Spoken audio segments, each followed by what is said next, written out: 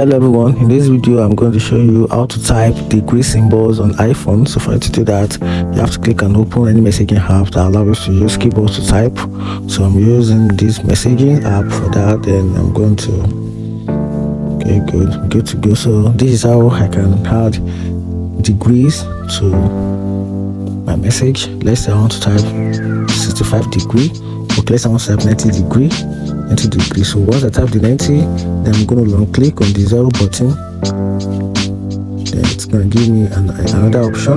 Then I see I have two 0, I have the small one and the big one.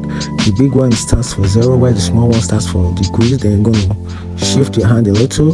Then please show that light blue square is on that degree small 0, which is the degree.